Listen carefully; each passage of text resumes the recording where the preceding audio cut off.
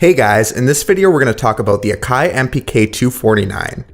This is a USB MIDI controller that you can use to control a lot of features in your digital audio workstation. In this video, we'll go over what this controller is capable of and how you can set it up and use it. I chose this controller because I found 49 keys to be a decently large range, but not too big that it's taking up too much space, since I would like the keyboard to fit on my desk with the rest of my equipment. This controller also has all the features I need for it to be the only MIDI controller I use from now on. If you're interested in getting an Akai MPK249, I'll leave links in the video description down below.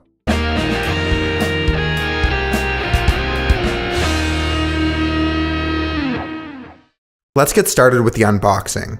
The MPK249 comes packaged securely with foam for protection and will also get a USB cable to connect it to the computer and a manual. There's no included power connector, but the MPK249 can be powered over USB. First impressions of the MPK249 are pretty decent. It's made entirely of plastic, but that's to be expected for all the features it has and the price. The keys have a nice semi-weighted feel to them, and all the knobs, sliders, and wheels are smooth and easy to operate. To get the MPK249 working, just plug it into your computer over USB and use the power button on the back to power it on. There's no drivers necessary, it's just plug and play. The MPK249 does come with additional synthesizer plugins you can get from Akai's website when you register your device, but those will be covered in a future video. The back of the MIDI controller also has a few other connections. We can connect the sustain and expression pedal if we'll be using those. We can also connect regular MIDI cables if we're using it with a MIDI device that supports that. Finally, we have the power input if we're not using USB. If we connect it to a digital audio workstation like Reaper and set it as an input on our virtual instrument track, we can start making music and going over the various controls. The main feature of this MIDI controller is the 49 semi-weighted keys, which gives us 4 octaves of range to input notes. Right in the middle of the controller, we have up and down buttons that are used to change the range of the keyboard by 1 octave at a time. That way we can increase our range. Obviously, we won't be able to expand the range above 4 octaves at once, but we will be able to play higher or lower notes than the default. We can also hold down these 2 keys and press the keys on the keyboard to transpose by an amount between octaves, so if there's something we want to play in a different key that's easier to play in C, we can do that. The one thing to keep in mind is this is a MIDI controller that's best to use with computer software, and it's not really meant for live performances. What that means is that if we have to, we can do separate MIDI recordings if we need lower or higher notes, or we can add the odd high or low note in our piano roll later. On the far left, we have the pitch wheel. This sends a continuous controller message to our software to bend the pitch of the note we're playing. A lot of times, it will bend up or down by 2 semitones, but some synthesizers allow you to change the response.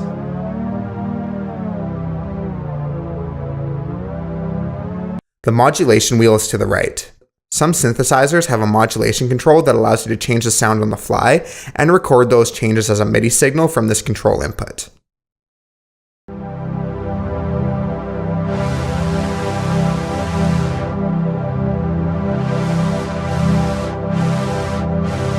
The dock controls act like the arrow keys on the keyboard and the enter key. This lets us control some buttons such as pop-ups without having to grab the keyboard or mouse. You can't do everything with it, but a good example of it being useful is one recording with Reaper. After making a recording, you get options to save or discard a recording. You can use the arrows and the enter key here to make a selection. The tap tempo can be pressed to tap out the tempo we want the MIDI controller to lock to. We use this when we're doing a note repeat or for an arpeggiator. The tempo can also be set to be controlled by our DAW, and that's better for recording modes, but we'll cover that later in this video when we change global settings. Note repeat is used to repeat a note we hold down on the drum pad, such as repeating a hi-hat every 8th or 16th note. This is helpful when we can't hit the note fast enough, or it's interfering with our ability to play other notes. This is set to either latch or momentary mode, and we'll switch between them in the settings later. Latch leaves note repeat on by pressing the button, and in momentary mode, we have to be holding the note repeat and the pad down at the same time. The arpeggiator is used to arpeggiate notes we hold down in a chord. The pattern and timing of the arpeggiator will be adjusted in the settings later, but it basically just repeats and cycles through notes really quickly, potentially faster and more accurately than we can do manually. This is great for electronic music when we need a more interesting chord sound than just all the notes at once, and I use it a lot when making music. The arpeggiator also has a latch mode that will keep it playing once we hit a chord until we hit other notes. In addition to the keyboard tools, the MPK249 is great for percussion with drum plugins.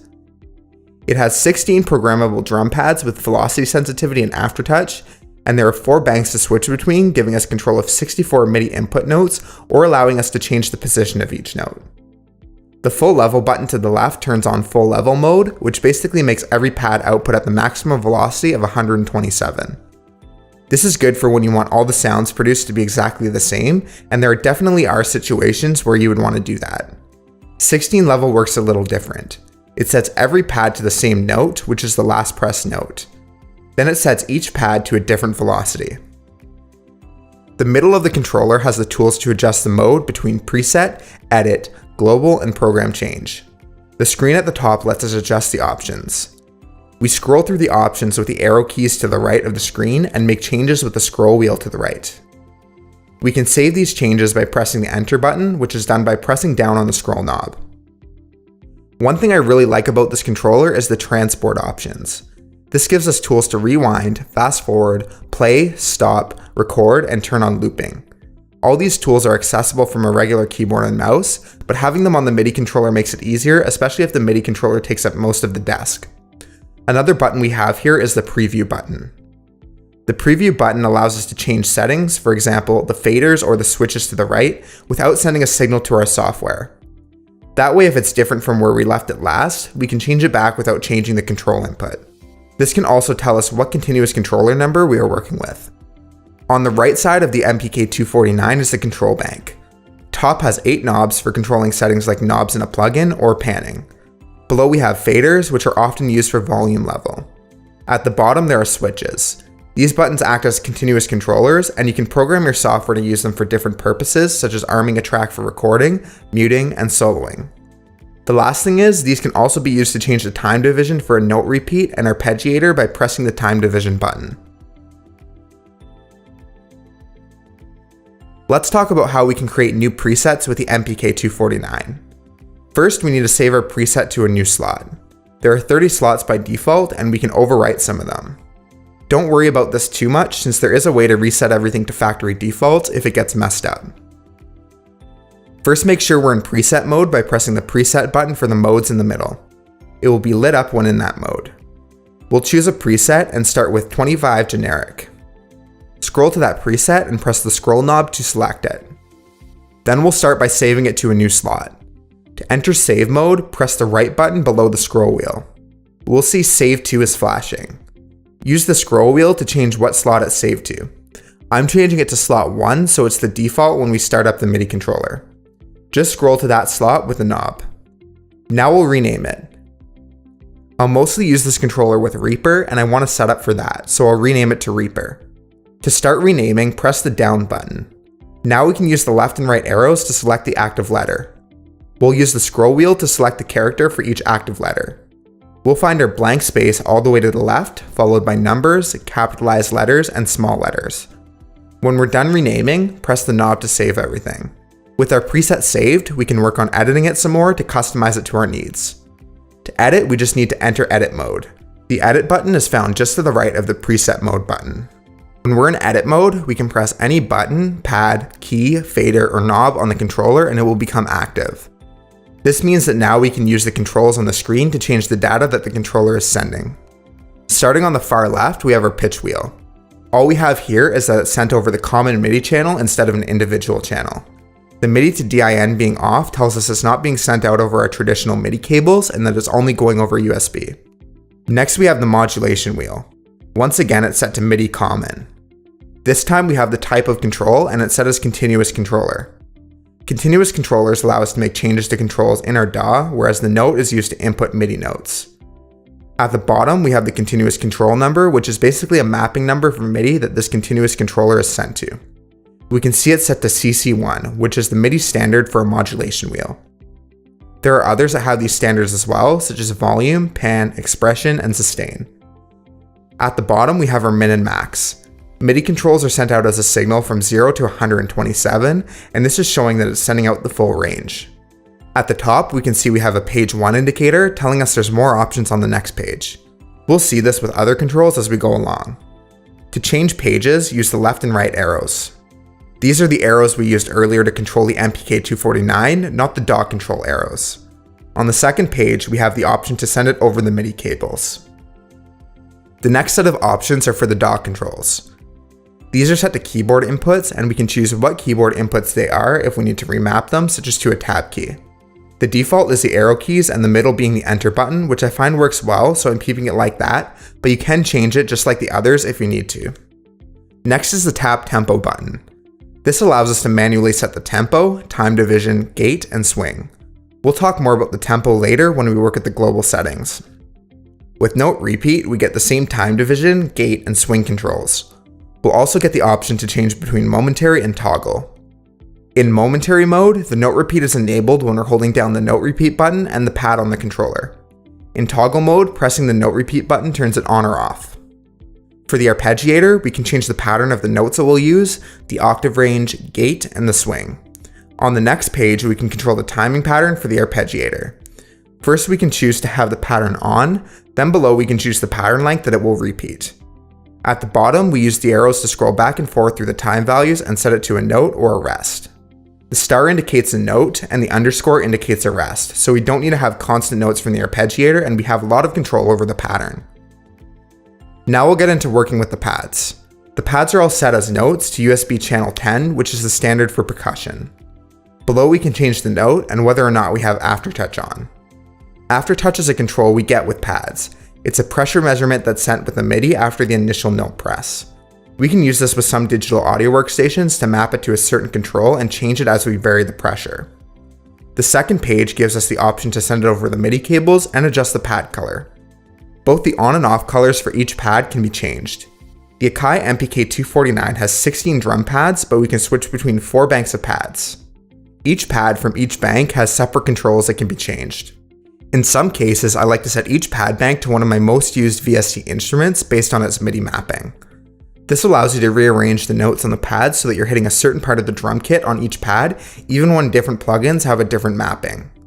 Of course, there are some plugins as well that will allow you to remap what MIDI inputs they respond to for each part of the kit, but not all of them do this.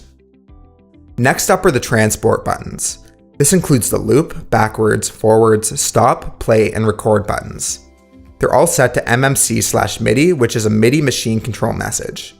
This just basically means that it controls core functions of our software, whereas notes controls notes on the piano roll and continuous controllers affect mixer and plugin controls. These are used to control essential functions such as playback and recording. That doesn't mean they'll be ready to go just like this though. In some software, you'll have to go to your keyboard shortcuts and tell them to respond to this signal. On the far right, we have our knobs, faders, and switches. All of these are set as continuous controllers, and the options are pretty standard for those as well. The keyboard at the bottom is on the common channel, and it doesn't really have much for us to change, except that we can transpose notes or change the aftertouch. Setting up the MPK249 can change depending on your digital audio workstation, but we can't cover how to set it up with every program available. We'll do this for some of our favorite digital audio workstations on this channel in future videos. The global controls give us options for the entire MIDI controller instead of just the individual presets. First, we set our common channel, which is 1 by default. Use the arrows to switch between pages. The note display can be set to its numerical value for the MIDI event or to the note value.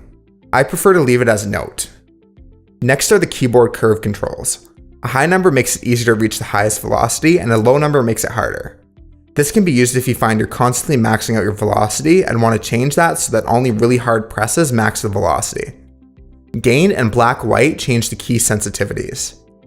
The next screen is for the overall pad sensitivities, so if you play light, make them more sensitive so notes aren't missed, but you can also make them less sensitive so that you don't max them out if you play hard. The tempo screen gives us more controls for tempo and the number of taps it takes the average from. I also like to turn off the tempo LED since the flashing light can be annoying. The clock screen is something I wanted to talk about earlier when we were setting the preset tempo. Here we can set it to an internal or external tempo. If you're just playing with the controller, internal is fine. External is used when you need it to lock to the tempo in your project, and this is what I use most of the time. That allows it to sync with programs like Reaper if we have that feature turned on to send it to our MIDI device so that the note repeat and arpeggiator lock to the project tempo instead of being offset or out of time. SysX is for program changes, but we won't be covering those in this video. Utilities can change the display contrast. Save globals is used to save our global settings after we've changed them. The last page just shows our MIDI controller version. So before we finish off this video, I just want to talk about why it's important to have a MIDI controller for working with electronic music. These controllers allow you to work a lot more efficiently with MIDI instead of programming drums and melodies in the piano roll. Even if you're not good at playing keyboard, you can press the notes a lot quicker and get a rough idea of the timing and note relationships this way, then go back and edit them in the piano roll after. When looking for a MIDI controller, there's a few reasons I picked this one over a few others. First, I found the keyboard range of 4 octaves to be long enough for most purposes, but not so large that the controller takes up too much space. I also wanted a controller with sensitive drum pads built in so I could work with percussion without needing a separate MIDI controller like I had before. Finally, the transport controls and continuous controllers will allow me to show you how to use automation and continuous controller inputs with a lot of different digital audio workstations in future videos. Thanks for checking out this video on the Akai MPK249. If this video helped you out and you're interested in getting one for yourself, check out the links in the video description down below. You can also give this video a like, subscribe to the channel, and press the bell icon to get notifications whenever a new video is released.